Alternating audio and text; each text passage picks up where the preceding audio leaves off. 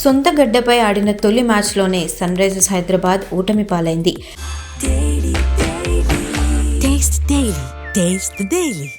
Lucknow super Giants చేతిలో 5 వికెట్ల తేడాతో ఓడిపోయింది.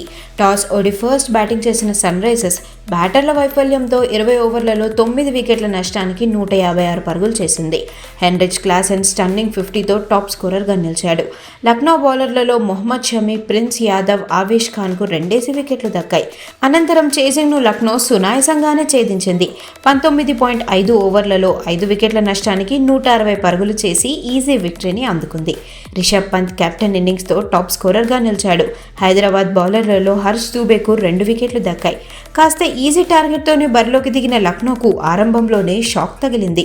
2 బౌండరీలతో జోరు చూపించిన మిషెల్ మార్ష్ను ఈశాన్ మలింగ పెవిలియన్కు చేర్చాడు. ఆ దశలో ఈడెన్ మార్కరంతో కలిసి పంత్ జట్టును ముందుండి నడిపించాడనే చెప్పాలి. ఒక ఎండ్లో మార్కరం దూకుడుగా ఆడగా పంత్ అతనికి సహకారం అందించాడు. దాంతో పవర్ ప్లేలో లక్నో 53 పరుగులు సాధించింది. మార్కరం వెనుదిరిగినా కూడా పంత్ బాధ్యతగా బ్యాటింగ్ చేశాడు. ఆఖర్లో అబ్దుల్ సమద్ కీలక పరుగులు జతచేసి టీం విజయంలో కీలక పాత్ర పోషించాడు.